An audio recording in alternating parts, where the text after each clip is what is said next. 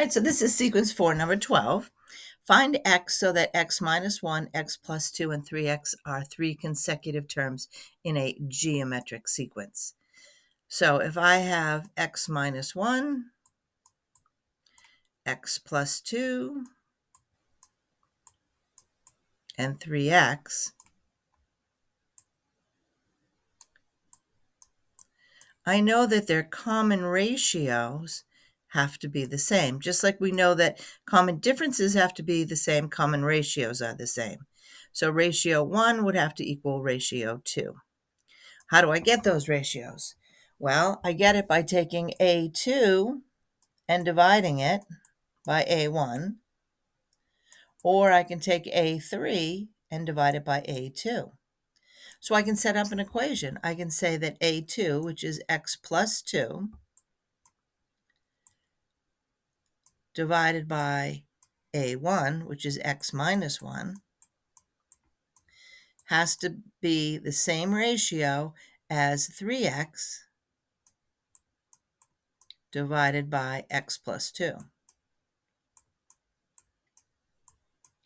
I can now cross multiply. So x plus 2 times x plus 2 will give me x squared plus 4x plus 4.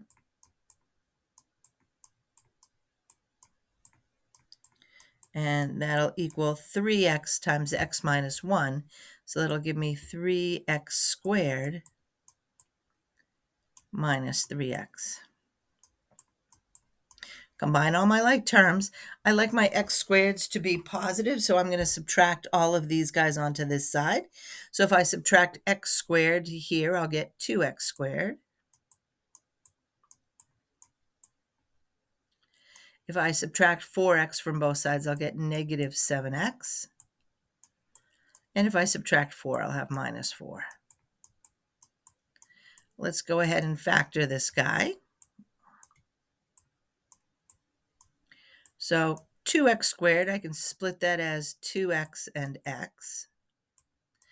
I want to split 4 so that when I multiply my two outside terms together and add my inside terms, I'm going to get to a negative 7x. So it looks like if I put a 4 here and a 1 here, 2 times 4 will give me 8, and this will give me 1x. So I want my 8x to be negative and my 1x to be positive. So it looks like this is how this factors. I can then solve this. I have x equals negative 1/2, or x equals 4.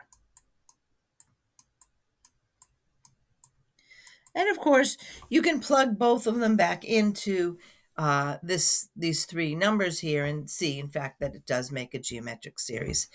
But here you go. That would be your answer, -1 or 4. Let me know if you have questions.